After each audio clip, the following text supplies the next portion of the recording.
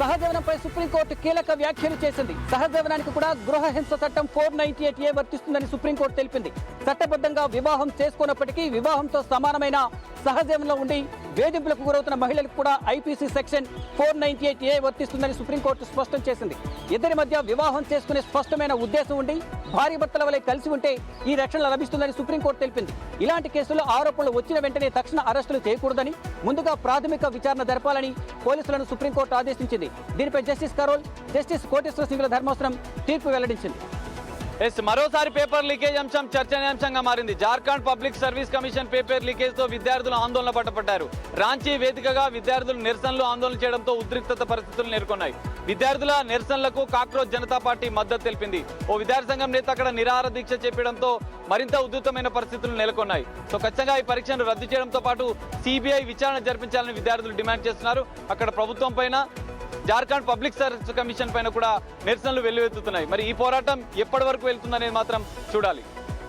Delimitation పైన సంచలన comment చేశారు లోక్సభ ప్రధాన ప్రతిపక్ష నేత రాహుల్ గాంధీ. ముఖ్యంగా ఈ డీలిమిటేషన్ ను వాళ్ళు ఉద్దేశపూర్వకంగా చేసుకుంటున్నారు. బీజేపీకి ప్రయోజనం కలిగే విధంగానే ఈ డీలిమిటేషన్ బిల్లు ఉండబోతుంది. ఎప్పుడు డీలిమిటేషన్ బిల్లు ప్రవేశపెట్టినా ఆ డీలిమిటేషన్ బిల్లును విపక్ష పార్టీలంతా కూడా వ్యతిరేకించాలి. ఒకవేళ విపక్ష పార్టీలు వాళ్లకు మద్దతు ఇస్తే ఆ చరిత్రహీనులుగా మిగిలిపోతారని కూడా రాహుల్ గాంధీ అభిప్రాయపడ్డారు. మరి రాహుల్ గాంధీ చెప్పిన విధంగా ఈ బిల్లుకు ఎంతవరకు మద్దతు ఇస్తారు, ఎంతవరకు వ్యతిరేకిస్తారు అనేది కూడా వేచి చూడవలసిందే.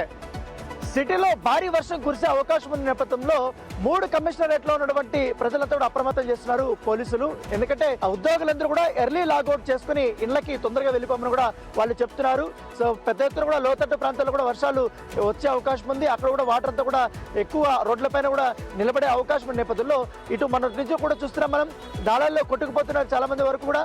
సో నాళాలు కానీ డ్రైనేజ్ కూడా పొంగి పొరలే అవకాశం ఉన్న నేపథ్యంలో దాంట్లో ఎటువంటి ఇబ్బందులు లేకుండా ఉండాలనే ఉద్దేశంతో మీరందరూ కూడా తొందరగా ఆఫీసుల నుంచి ఇళ్లకు వెళ్ళిపోవాలని కూడా చెప్తున్నారు. లేకపోతే ట్రాఫిక్ కూడా విపరీతంగా ఉంటుంది, చాలా తీవ్రమైనటువంటి ఇబ్బందులు పడతారని కూడా హైదరాబాద్ పోలీసులు హెచ్చరికలు జారీ చేశారు. డ్రైవింగ్ చేస్తూ మొబైల్ చూడడం వల్ల పెరిగే ప్రమాదాలపై వాహనదారులను సైబరాబాద్ పోలీసులు అప్రమత్తం చేశారు. మీ డ్రైవింగ్ చేసేటప్పుడు ఒక మెసేజ్ లేదా ఫోన్ కాల్ అనేది మీ జీవితంలో ఆఖరిది కాకూడదని హెచ్చరించారు. మరోవైపు డ్రైవింగ్ చేస్తూ కూడా ప్రాణాలు కోల్పోతున్నటువంటి వారు వేలల్లో ఉంటున్నారని కూడా సైబరాబాద్ పోలీసులు తెలిపారు. అదే ఆఖరిది మీ జీవితంలో ఆఖరిది కాకూడదని కూడా హెచ్చరించారు. ఇంకోవైపు మీరు సురక్షితంగా వెళ్ళండి, అలాగే మీ ఇంట్లో వాళ్ళని కూడా సురక్షితంగా ఉంచండి అంటూ సైబరాబాద్ పోలీసులు పిలుపునిచ్చారు. విశాఖలో ఒక్కసారిగా వాతావరణం మారిపోయింది. ఉదయం నుండి తీవ్ర ఎండతో ఉక్కపోతతో సతమతమైన విశాఖ వాసులను వర్షపు చినుకులు పలకరించాయి. క్షణాల్లో వాతావరణం మారిపోవడం, విశాఖ నగరం మొత్తాన్ని మబ్బులు కమ్మేయడంతో చీకటి వాతావరణం ఏర్పడింది. భారీ ఈదురుగాలులకు తోడు వర్షం కురుస్తుండడంతో స్కూళ్లకు, కాలేజీకి వెళ్లిన వాళ్లతో పాటు ఆఫీసులకు వెళ్లిన వాళ్లు తీవ్ర ఇబ్బందులు పడుతున్నారు. బంగాళాఖాతంలో ఏర్పడ్డ వాయుగుండం తీరం దాటిన తర్వాత ఉత్తర ఒడిశా నుండి మధ్యప్రదేశ్ వరకు ప్రభావం ఉండడంతో రుతుపవనాలు వేగంగా కదులుతున్నాయని వాతావరణ శాఖ అధికారులు సూచిస్తున్నారు. సడన్ గా కురిసే వర్షాలకు తోడు భారీ ఈదురుగాలు, పిడుగులు పడే అవకాశం ఉందని వాతావరణ కేంద్ర అధికారులు హెచ్చరిస్తున్నారు. ఈదురుగాలతో కూడిన వర్షం వస్తే జాగ్రత్తలు తీసుకోవాలని అధికారులు సూచిస్తున్నారు.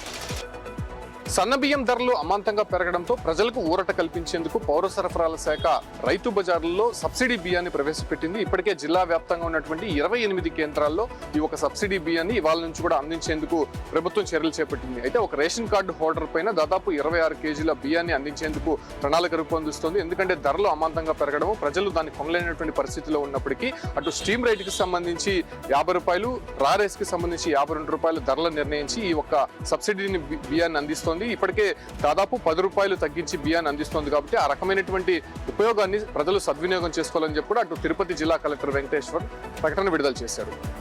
పల్నాడు జిల్లా కారంపూడిలో పోలీస్ స్టేషన్లో పంచాయతీ చేరింది. ఒక మహిళ అలాగే ఆమె భర్తని పోలీసులు వేధింపులకు గురి చేశారని చెప్పి పురుగుల మందు తాగి మహిళ ఆత్మహత్యానికి పాల్పడింది. ప్రస్తుతం ఆమె పరిస్థితి విషమంగా ఉంది. పోలీస్ స్టేషన్లో సివిల్ పంచాయతీలు చేయొద్దని చెప్పి ఉన్నతాధికారులు ప్రభుత్వం ఎన్నిసార్లు హెచ్చరిక జారీ చేసినా స్థానికంగా ఉన్న రాజకీయ నేతల ఒత్తిడి మేరకు కూడా పోలీస్ స్టేషన్కి దంపతులు పిలిచి 4 రోజుల పాటు చిత్రహింసలు గురి చేయడం, అలాగే పెద్ద మనుషుల సమక్షంలో ఆ మహిళ ఆ భర్తపై కూడా దాడికి పాల్పడే విధంగా పోలీసులు వ్యవహరించారని చెప్పి మనస్తాపం చెంది ఆత్మహత్యకు పాల్పడ్డారు. ఈ ఘటనపై పోలీసులు సమగ్రమైన విచారణ చేయాలని చెప్పి బాధిత కుటుంబాలు డిమాండ్ చేస్తా ఉన్నాయి. ఆగస్టు 7వ తేదీన చేనేత దినోత్సవం సందర్భంగా రాష్ట్ర ముఖ్యమంత్రి నారా చంద్రబాబు నాయుడు బాపట్ల జిల్లా చీరాల నియోజకవర్గానికి రానున్నారు. దీనికి సంబంధించినటువంటి పూర్తి వివరాలు కూడా ఇప్పటికే జిల్లా కార్యాలయానికి చేరాయి. దీనికి సంబంధించి స్థల పరిశీలనతో పాటుగా శాంతి భద్రతల పర్యవేక్షణ కూడా జిల్లా అధికారులు పర్యవేక్షిస్తూ ఉన్నారు. అదేవిధంగా అదే రోజు ఆ సభలో నేతన్న సేవలో కార్యక్రమానికి కూడా ముఖ్యమంత్రి శ్రీకారం చుట్టనున్నారు. ఈ కార్యక్రమం ద్వారా పేదరికంలో ఉన్నటువంటి చేనేతలకు సంవత్సరానికి 25,000 రూపాయల ఆర్థిక సహాయాన్ని నేరుగా వారి యొక్క బ్యాంక్ అకౌంట్లో జమ చేయనున్నారు. దీనికి సంబంధించిన పూర్తి వివరాలు కూడా ఇప్పుడే జిల్లా యంత్రాంగానికి అందడంతో పాటుగా స్థానిక ప్రజాప్రతినిధులు కూడా ఈ కార్యక్రమానికి సంబంధించిన ఏర్పాట్లకు సిద్ధమయ్యారు.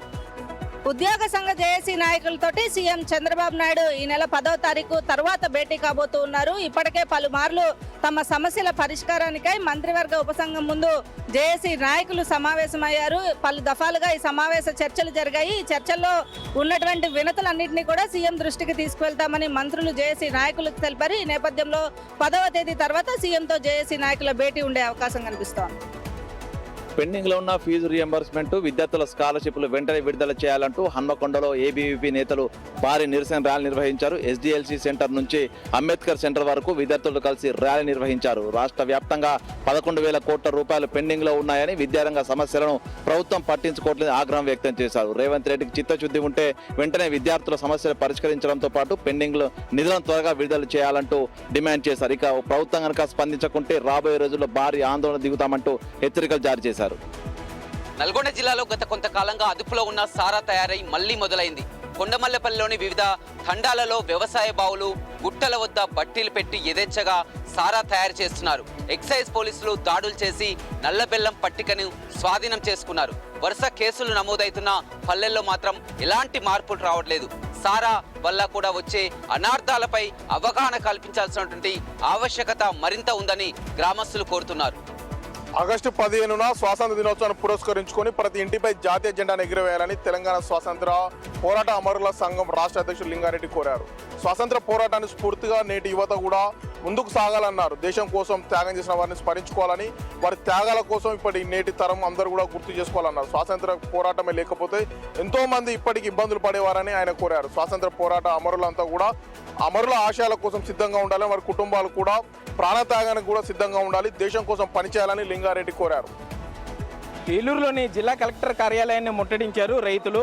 ఆంధ్రప్రదేశ్ కౌలు రైతు సంఘం ఆధ్వర్యంలో రైతులు తమకు న్యాయం చేయాలంటూ నినాదాలు చేస్తూ కూడా కలెక్టరేట్ లోపలికి చొచ్చుకు వెళ్లే ప్రయత్నం చేశారు. అయితే రైతులను పోలీసులు నిలవరించారు. ఇటు దెందులూరు నియోజకవర్గంలోని మాదేపల్లి, జాలిపూడి, చాటపర్రు గ్రామాలకి సాగునీరు అందక తీవ్ర ఇబ్బందులు పడుతూ ఉంటున్నారు. ఉంగుటూరు నియోజకవర్గానికి సంబంధించి గొల్లగూడెం గ్రామానికి చెందిన రైతులు కూడా కలెక్టరేట్ వద్దకు చేరుకున్నారు. ఇప్పటికే ఆకుమళ్ళు వేసి బోళ్ళ పెట్టుబడి పెట్టి ఉన్నాం, అయినా కూడా తమకు ఇప్పటివరకు సాగునీరు ఇవ్వకపోవడంతో తీవ్ర ఇబ్బందులు పడుతూ ఉన్నారు. ఇప్పటికే పటిసీమ ఎత్తిపోతల ద్వారా కృష్ణాకు నీళ్లు తీసుకెళ్తున్నారు. ఇటు ఏలూరు జిల్లాకు కూడా సాగునీరు అందించాలని రైతులు డిమాండ్ చేశారు. పెనుగొండ సమీపంలో అమానుష ఘటన జరిగింది. పెనుగొండ సమీపంలోని అమ్మవారిపల్లి నరసింహస్వామి ఆలయం వద్ద అప్పుడే పుట్టిన పసికందును ఎవరో వదిలేసి వెళ్లారు. పసికందు ఆక్రందనలు విన్న స్థానికులు ఆ పసికందును ఎత్తుకెళ్లి స్థానికంగా ఉన్నటువంటి గుంటూరు పిహెచ్సిలో వైద్యుల పర్యవేక్షణలో ఉంచారు. ప్రస్తుతం ఆ పసికందు వైద్యుల సంరక్షణలో ఉన్నారు. అయితే ఎవరు వదిలేశారు, వారి వివరాలు ఏంటి, ఎందుకు వదిలేశారు అన్న కోణంలో అధికారులు దర్యాప్తు చేస్తున్నారు. హైదరాబాద్ మైనర్ల ర్యాష్ డ్రైవింగ్ కేసులో మధురనగర్ పోలీసుల దర్యాప్తు ముమ్మరం చేశారు. ఈ కేసులో 2 మైనర్లు కారు నడిపినట్లు గుర్తించిన పోలీసులు 2 మైనర్లతో పాటుగా కారుకు అద్దెనిచ్చిన వారు, సెల్ఫ్ డ్రైవ్ కారుకు అద్దెనిచ్చిన వారిని కూడా అరెస్ట్ చేసినట్లుగా కూడా తెలుస్తుంది. నిన్న చూసాం బలెనో కారులో 2 మైనర్లు ర్యాష్ డ్రైవింగ్ చేయడం వల్ల 2 వ్యక్తులు, ఒక వ్యక్తి ఇప్పటికే మృతి చెందగా మరో వ్యక్తి తీవ్ర గాయాలతో ఆసుపత్రిలో చికిత్స పొందుతున్నారు. ఆ 2 మైనర్ల తల్లిదండ్రులను కూడా పిలిచి కౌన్సిలింగ్ ఇచ్చినట్లుగా కూడా తెలుస్తుంది. మరి కేసు దర్యాప్తులో సెల్ఫ్ డ్రైవ్ ఇచ్చిన వారిపైన ఎలాంటి చర్యలు ఉంటాయనేది చూడాలి. గోపిచంద్ తొలివలపు సినిమాను అయితే ఇండస్ట్రీకి అడుగుపెట్టడం జరిగింది. ఆ తర్వాత పలు హిట్ సినిమాలకు మరియు హీరోగా, విలన్గా కూడా నటించడం జరిగింది. 25 సంవత్సరాలు పూర్తి చేసుకున్న సందర్భంగా తెలుగు సినిమా ఇండస్ట్రీలో ఒక వీడియో గ్లిమ్స్ అయితే రిలీజ్ చేయడం జరిగింది. భరతవర్ష టీం ఆ సినిమా అయితే నెక్స్ట్ మంత్ రిలీజ్ అవ్వబోతుంది. ఈ సినిమాకి సంకల్ప్ రెడ్డి దర్శకుడు. ముత్తుకూరు మండలం నేలటూరు గ్రామ పంచాయతీ పరిధిలోనే సెయిల్ థర్మల్ విద్యుత్ కేంద్రం ప్రధాన గేటు వద్ద గ్రామస్తులు ఆందోళన చేపట్టారు. ఈ థర్మల్ ప్రాజెక్టు ద్వారా ప్రభావితమైన నేలటూరు గ్రామ పంచాయతీలోనే గ్రామాలకు పునరావాస కేంద్రాలు ఏర్పాటు చేస్తామని అప్పట్లో అధికారులు, ఆ సెయిల్ థర్మల్ యాజమాన్యం కూడా హామీ ఇచ్చిందని స్థానికులు చెప్తున్నారు. అయితే ఈ యొక్క హామీ ఇచ్చి 10 ఏళ్ళు గడుస్తున్న ఇంతవరకు పునరావాస కేంద్రాల ప్రక్రియ ముందుకు వెళ్ళలేదని మరోపక్క ఆరోపిస్తున్నారు. అయితే నేలటూరు మెయిన్ విలేజ్కి మాత్రం పునరావాస కేంద్రాలు ఏర్పాటు చేసి నేలటూరు పంచాయతీ పరిధిలోనే మత్స్యకారపాలెం హరిజనవాడ ప్రాంతాలకు సంబంధించిన వాసులకి ఈ యొక్క పునరావాస కేంద్రాలు ఏర్పాటు చేయలేదని వారు చెప్పుకొస్తున్నారు. ఇప్పటికైనా అధికారులు స్పందించి ఆ యొక్క థర్మల్ పవర్ ప్రాజెక్ట్ ద్వారా ప్రభావితమైనటువంటి ఆ గ్రామాలకు వివక్ష లేకుండా ప్రతి ఒక్కరికి ఈ యొక్క పునరావాస కేంద్రాలు ఏర్పాటు చేయాలని కోరుతున్నారు. ఆదిలాబాద్ జిల్లా ఇచ్చోడలో మరోసారి నకిలీ సర్టిఫికేట్ల తయారీ వ్యవహారం కలకలం రేపింది. ఇచ్చోడ కేంద్రంగా నకిలీ సర్టిఫికేట్లు తయారు చేస్తున్న ముఠా గట్టురేటు చేశారు పోలీసులు. గుండాల గ్రామానికి చెందిన గ్రామ పంచాయతీ సెక్రటరీకి సంబంధించిన నకిలీ రబ్బర్ స్టాంప్ను తయారు చేసి అతని సంతకాన్ని ఫోర్జరీ చేస్తూ ఇటు జనన మరణ మ్యారేజ్ సర్టిఫికేట్లు తయారు చేస్తూ అదేవిధంగా Aadhaar card, voter card, pan కార్డులను తయారు చేస్తున్నట్లయితే గుర్తించారు. ఇందుకు సంబంధించి 6గురిపై కేసు నమోదు చేసిన పోలీసులు 5గురిని అయితే అదుపులోకి తీసుకుని రిమాండ్కి తరలించారు. మరొకరు పరాల్లో ఉన్నట్టు తెలుస్తుంది. ఇందుకు సంబంధించి కంప్యూటర్లు, ల్యాప్టాప్లు, ప్రింటర్లు వంటి ఎలక్ట్రానిక్ పరికరాలను అయితే స్వాధీనం చేసుకున్నారు పోలీసులు. కరీంనగర్ కమిషనరేట్ పరిధిలో పోలీసులు వ్యవహరిస్తున్నటువంటి తీరు ఇప్పుడు చర్చనీయాంశంతో పాటుగా పలు వివాదాల్లో ఇరుక్కుంటున్నారు. ముఖ్యంగా న్యాయాన్ని రక్షించాల్సినటువంటి పోలీసులే అన్యాయాలు చేస్తూ జైలు పాలవుతున్నారు. ఓ ఎస్ఐ ఓ మహిళపై లైంగిక వేధింపులు, అదేవిధంగా ఒక ఈగల్ టీంలో పనిచేస్తున్నటువంటి కానిస్టేబుల్ తన శత్రువుని ఇరికించేందుకు గంజాయిని ఆ ఇంట్లో పెట్టడము, తర్వాత డ్రంక్ అండ్ డ్రైవ్లో వేరే వాళ్ళ పేర్లు పెట్టి కోర్టుకు వారు పెట్టారని చెప్పి పెద్ద ఎత్తున కూడా వివాదాలు వస్తున్నటువంటి నేపథ్యంలో ఇప్పుడు వీళ్ళంతా కూడా కరీంనగర్ కమిషనరేట్కు మచ్చ తెచ్చడంతో పోలీసులు వారిని సస్పెండ్ చేశారు. నంద్యాల జిల్లా ఎనగండ్ల గ్రామంలో దారుణం చోటు చేసుకుంది. ఓ కసాయి తండ్రి సొంత కుమారుడిని హతమార్చిన ఘటనతో ఒక్కసారిగా గ్రామంలో విషాద ఛాయలు అలుముకున్నాయి. తాగిన మైకంలో నిత్యం తమ కుటుంబ సభ్యులతో తరచూ తగాదాలు పడుతుండేవాడు. అయితే ఈరోజు తమ కుమారుడు నిద్రిస్తున్న సమయంలో ఒక్కసారిగా కొడవళ్లతో దాడి చేయడంతో అక్కడికక్కడే మృతి చెందారు. పోలీసులు ఘటన ప్రాంతానికి చేరుకొని కేసు నమోదు చేసుకొని దర్యాప్తు ప్రారంభించారు. తాగిన మైకంలోనే ఈ హత్య చేశారా లేక ఇతర కారణాలు ఉన్నాయా అనే కోణంలో పోలీసుల దర్యాప్తు ముమ్మరంగా కొనసాగుతుంది. ఉమ్మడి నిజామాబాద్ జిల్లాలో చెరుకు రైతుల సంక్షేమం మరోసారి బాగుపడాలంటే చక్కెర కర్మాగారాన్ని వెంటనే తెరిపించాలని రైతులు డిమాండ్ చేస్తున్నారు. బోధన్లోని దూపల్లికి చెందిన లక్ష్మారెడ్డి తన చెరుకు పొలంలో ఏర్పాటు చేసిన సమావేశంలో రైతులంతా కూడా పాల్గొన్నారు. వెంటనే చెరుకు గతంలో పండకపోతుండే కాబట్టి ఇప్పుడు చెరుకు పంటని రైతులు పండిస్తున్నారు. చాలామంది నేతలు ఇప్పటికే హామీ ఇచ్చారు, కానీ ఇప్పటి వరకు హామీ నెరవేర్చలేరు. కాబట్టి వెంటనే చెరుకు రైతులు మరోసారి చెరుకు పంటను పండిస్తున్నారు కాబట్టి ఆ కర్మాగారాన్ని వెంటనే తెరిపించాలని పెద్ద ఎత్తున డిమాండ్ వినిపిస్తుంది. దీనికి మరోసారి ఆందోళన చేసేందుకు కూడా సిద్ధమవుతామంటూ చెరుకు రైతులు డిమాండ్ చేస్తున్నారు.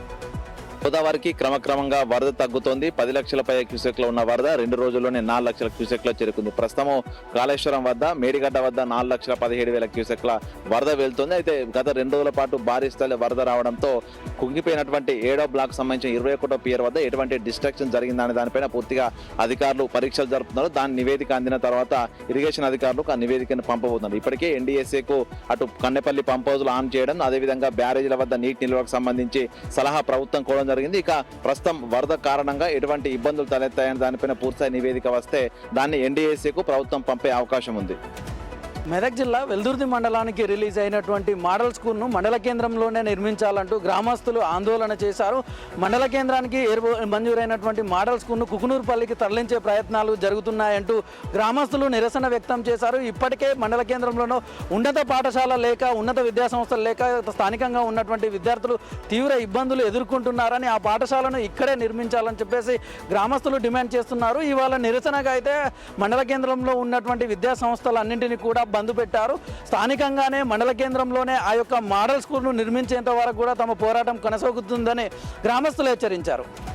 నగరంలోని రిమ్స్ సమీపంలో రైల్వే ట్రాక్పై గుర్తెలను మృతదేహాన్ని స్థానికులు గుర్తించారు. వెంటనే పోలీసులు సమాచారం ఇవ్వడంతో పోలీసులు ఘటనా స్థలాన్ని చేరుకొని మృతదేహాన్ని పోస్టుమార్టం నిమిత్తం కడప రిమ్స్ తరలించారు. అయితే మృతదేహం వద్ద ఉన్నటువంటి ఐడి ఆధారంగా గిద్దలకు చెందిన చంద్రరామయ్య గుర్తించారు. వెంటనే ఘటనా స్థలాన్ని చేరుకొని కేసు నమోదు చేసి వీటిపై కూడా ప్రమాదశాత్తు రైలు కింద మృతి చెందలేదంటే ఎవరైనా హత్యగా చిత్రీకరించి రైలు కింద పడేశారనేది కూడా కోణంలో పోలీసులు విచారణ చేపట్టారు.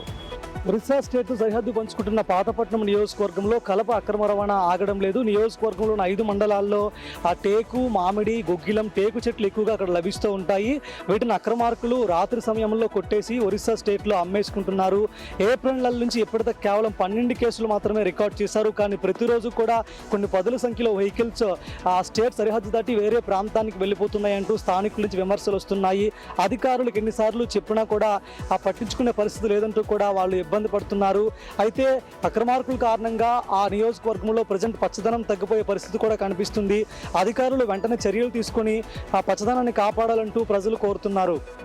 సిటీలో చిరుజల్లులు పడుతున్నాయి. ఇంకా సాయంత్రం అయితే చాలు నెక్లెస్ రోడ్ కానీ హుస్సేన్ సాగర్ ప్రాంతాల్లో కూడా ఎక్కువ మంది ఈ వెదర్ని ఎంజాయ్ చేయడానికి, ఈ అందాలను వీక్షించడానికి పెద్ద ఎత్తున నగర యువత అంతా కూడా వస్తుంటారు. ఆ కోలోనే ఇప్పుడు సాయంత్రం పూట పెద్ద ఎత్తున కూడా వచ్చినటువంటి నేపథ్యం కనపడుతుంది. ఇటువైపు పార్కులతో కూడా పూర్తి స్థాయిలో ఫ్యామిలీస్తో కూడా నిండిపోయాయి. ఇటువైపు సెక్రటరియట్ పరిసర ప్రాంతం కానీ లుంబిని పార్క్ కానీ ఇవన్నీ కూడా చూడడానికి పర్యాటకులు అయితే ఎక్కువగా వస్తున్నారు. సో సాయంత్రం అయితే వెదర్ చాలా అద్భుతంగా ఉంటుంది. సో వర్షం పడే సమయంలో ఎంజాయ్ చేయడానికి వస్తామనేసి కూడా నగర యువత అయితే చెప్తుంది. హైదరాబాద్ ప్రజలారా జాగ్రత్తగా ఉండండి. ఈ రోజు అర్ధరాత్రి భారీ వర్షం కురిసే అవకాశం ఉన్నట్లు వాతావరణ శాఖ హెచ్చరించింది. ఇప్పటికే హైదరాబాద్ పోలీసులు కూడా అప్రమత్తమయ్యారు. హైదరాబాద్ సిపి సజ్జనార్ 5 రకాల సూచనలు చేస్తున్నారు. ఎమర్జెన్సీ అత్యవసరం ఉంటేనే వర్షంలో బయటికి రండి, లేదంటే బయటికి రావద్దని చెప్పి సూచిస్తున్నారు. మరోవైపు వాటర్ లాగింగ్ పాయింట్స్ వద్ద ప్రయాణాలను మానుకోండి, అటువైపుగా వెళ్ళకండి అని సూచిస్తున్నారు. ఇప్పటికే ఆఫీసులలో ఉద్యోగులు చేస్తున్నటువంటి వారు త్వరగా ఇంటికి వెళ్ళండి అని సూచిస్తున్నారు. లోతట్టు ప్రాంతాల్లో ప్రధానంగా ఉండేవారు ప్రజలు మరింత అప్రమత్తంగా ఉండాలని సూచిస్తున్నారు. సో రాత్రి భారీ వర్షం కురిసే అవకాశం ఉంది. ఇప్పటికే హైదరాబాద్ లో వర్షం మొదలైంది. సో రాత్రి వరకు కూడా భారీ వర్షాల నేపథ్యంలో హైదరాబాద్ పోలీసులు చెప్తున్నటువంటి సూచనలు పాటించండి. ఫిలిం మేకర్ ఎంఎస్ రాజు అగదా చిత్రం ఈ రోజు ట్రైలర్ రిలీజ్ అయింది. అగదా చిత్రానికి దర్శకత్వం వహించాడు. ఇది ప్రపంచ వ్యాప్తంగా ఆగస్టు 14 రిలీజ్ అవబోతుంది. ఈ చిత్రంలో ప్రధాన పాత్రలుగా కామాక్షి భాస్కర్లు, ఉల్కా గుప్తా మరియు శ్రవణ్ రెడ్డి ప్రధాన పాత్రలు కీలక పాత్రలు పోషించారు. ఈ సినిమా పరంగా ప్రపంచ వ్యాప్తంగా తెలుగు, హిందీ, తమిళ భాషలో రిలీజ్ అవబోతుంది. ఒక గుహలో దైవత్వంతో కూడిన మరణాల వెనుక ఎలాంటి మిస్టరీ అనేది ఛేదించేదే ఒక యువతి కథ అని చెప్పుకోవచ్చు. ఇది దైవత్వంతో కూడుకున్న హర్రర్ సినిమా. ఇది ఎలా ఉండబోతుంది అనేది ప్రపంచవ్యాప్తంగా ఆగస్టు 14 రిలీజ్ అవబోతుంది. కాక్రోచ్ జనతా పార్టీ కీలక ప్రకటన చేసింది. ఆగస్టు 5, 6 తేదీలో ఛత్రపతి సంభాజీనగర్లో భవిష్యత్ వ్యూహాలపై సీజేపీ 2 రోజుల కీలక సమావేశం ఏర్పాటు చేసింది. యువజన ఉద్యమం తదుపరి కార్యాచరణపై పార్టీ అగ్రనేతలు చర్చించనున్నారు. జంతర్ మంతర్లో ఉద్యమంలో పాల్గొన్న 50 మంది ప్రధాన వాలంటీర్లతో ఇప్పటికే సంప్రదింపులు జరిపారు. దేశవ్యాప్తంగా వాలంటీర్లతో నేషనల్ వైడ్ లిజనింగ్ టూర్ నిర్వహించనుంది సీజేపీ. యువత అవసరాలు, ఆకాంక్షలను తెలుసుకుని తదుపరి కార్యాచరణ రూపొందిస్తామని వెల్లడించారు. ధర్మేంద్ర ప్రధాన్ రాజీనామాకు దారితీసిన ఉద్యమం యువతలో కొత్త ఆత్మవిశ్వాసం నింపిందని సీజేపీ వ్యాఖ్యానించింది. యువత ఏకమైతే ఏ ప్రభుత్వాన్నైనా ఓడించగలదని నిరూపితమైందని సౌరవ్ దాస్ అన్నారు. లిజనింగ్ టూర్ షెడ్యూల్, తదుపరి కార్యాచరణ త్వరలో ప్రకటించనుంది కాక్రోచ్ జనతా పార్టీ. ఉజ్జయిని మహంకాళి అమ్మవారి దేవాలయంలోని రంగం కోసం ప్రజలందరూ కూడా ఎదురు చూస్తూ ఉంటారు. మరైతే ఈసారి అమ్మవారు చాలా ఆగ్రహంగా ఉన్నారు అని కూడా చెప్పుకొచ్చారు. ఇదే కాకుండా ఈ సంవత్సరం అంతా కూడా కుంభవృష్టి వర్షాలు పడతాయి, అగ్ని ప్రమాదాలు చోటు చేసుకుంటాయి, అలాగే ప్రాణ నష్టం కూడా జరుగుతుంది అని చెప్పారు. ముఖ్యంగా ఆమె సంతోషంగా లేను అని, ఆమె చెప్పినట్టు ప్రతిష్ఠ చేయలేదు అని చెప్పి కూడా ఆగ్రహం వ్యక్తం చేశారు. మరొక 6 నెలల్లోని విగ్రహ ప్రతిష్ఠ కనుక చేయకపోతే ప్రాణ నష్టం జరుగుతుంది అని చెప్పి కూడా తీవ్రంగా హెచ్చరించారు. జీహెచ్ఎంసీ పరిధిలో రాష్ట్ర ప్రభుత్వం సుమారు 30 కోట్లను ఖర్చు పెట్టి ఈవీ ఛార్జింగ్ స్టేషన్లు ఏర్పాటు చేసింది. అవి మాదాపూర్, అలాగే బంజారా హిల్స్ ప్రాంతాల్లో, అలాగే హైదరాబాద్లో మరికొన్ని ప్రాంతాల్లో ఏర్పాటు చేసింది. సుమారు 160 ఛార్జింగ్ స్టేషన్లు ఏర్పాటు చేస్తూ అందులో ఇప్పుడు సగానికి పైగా నిరుపయోగంగా పడి ఉన్నాయి. కొన్ని ప్రాంతాల్లో అయితే మాత్రం, కొన్ని ఛార్జింగ్ స్టేషన్లు అయితే మాత్రం అక్కడ ఉన్నటువంటి ఎక్విప్మెంట్స్ను దొంగలు ఎత్తుకుపోయారు. అయితే దీనిపై మాత్రం అధికారులు ఎవరు కూడా నోరు మెదపడం లేదు. మరోవైపు ఈవీ ఛార్జింగ్ చేసుకునేటువంటి వాహనదారులు మాత్రం దీనిపై రాష్ట్ర ప్రభుత్వం స్పందించాలని, వెంటనే ఈ సమస్యలన్నింటి కూడా పరిష్కారం చూపాలని వారంతా కోరుకుంటున్నారు. మాజీ మంత్రి, సీనియర్ నేత, తెలుగుదేశం పార్టీ ఆవిర్భావం నుంచి కూడా పార్టీతో ఉన్న యనుమల రామకృష్ణుడు పార్టీపై ధిక్కార స్వరం వినిపిస్తున్నారా అంటే అవుననే సమాధానం వినిపిస్తుంది. గత ఎన్నికల నుంచి ఆయనకు ఎమ్మెల్యే టికెట్ ఇవ్వలేదు, రాజ్యసభ టికెట్ ఆశించారు, అది లభించలేదు. గత 2 సంవత్సరాల కాలంగా ఎమ్మెల్సీ టికెట్ ఆశిస్తున్నారు, అది కూడా ఆయనకు దక్కలేదు. ఈ నేపథ్యంలో ఆయన ప్రభుత్వ తీరుపై పోరుబాటుకు సిద్ధమవుతున్నారంటే అవుననే సమాధానం వినిపిస్తుంది.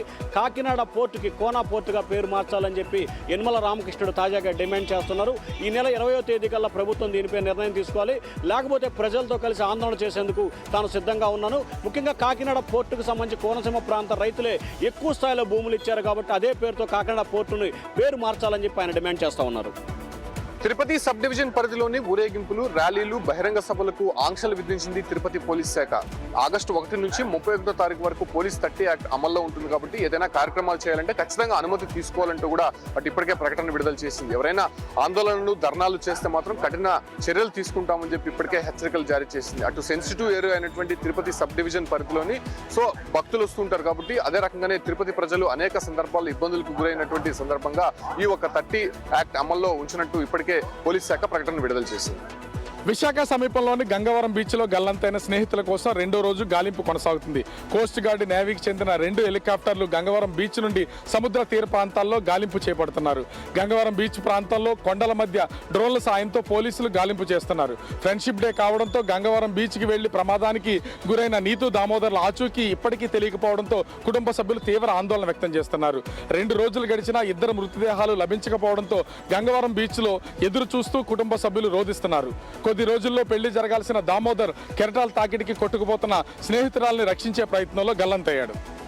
నెల్లూరు జిల్లా కలువాయి మండలానికి జలజీవన మిషన్ 2వ విడతకి 3.34 కోట్లు నిధులు మంజూరు చేసింది ప్రభుత్వం. కలువాయి, కుల్లూరు, రాజుపాలెం, నోకనపల్లి, కొలవాయిపల్లి, తెలుగురాయపురం వంటి గ్రామాలకి ఈ నిధులను కేటాయించారు. ఈ నిధుల్ని అత్యధికంగా కలువాయికి 74 లక్షలు, కుల్లూరుకి 54 లక్షలను ఈ యొక్క నిధులను కూడా కేటాయించడం జరిగింది. అయితే ఈ నిధుల ద్వారా ఆ యొక్క గ్రామీణ ప్రాంతాల్లో ఉండే ఓవర్ హెడ్ నీటి ట్యాంకులు, పైప్ లైన్ నిర్మాణ పనులు చేపట్టనున్నారు. గ్రామీణ ప్రజలకు మెరుగైన సురక్షిత తాగునీటిని కల్పించడమే ఈ యొక్క పథకం లక్ష్యమని అంటున్నారు.